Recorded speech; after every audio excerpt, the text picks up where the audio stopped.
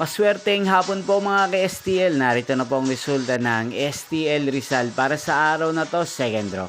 August 12, 2025, araw ng Martes. Naway yung mga natayan niyo po mga numero kanina ay manalo nawa ngayong hapong ito, 4 PM. Kaya't kunin niyo na po ang inyong mga ticket. Narito na po ang resulta. Ang mga numerong ninalo sa STL Rizal ngayong hapong ito, August 12, 2025, 4 PM. Second draw result, 22 at 11.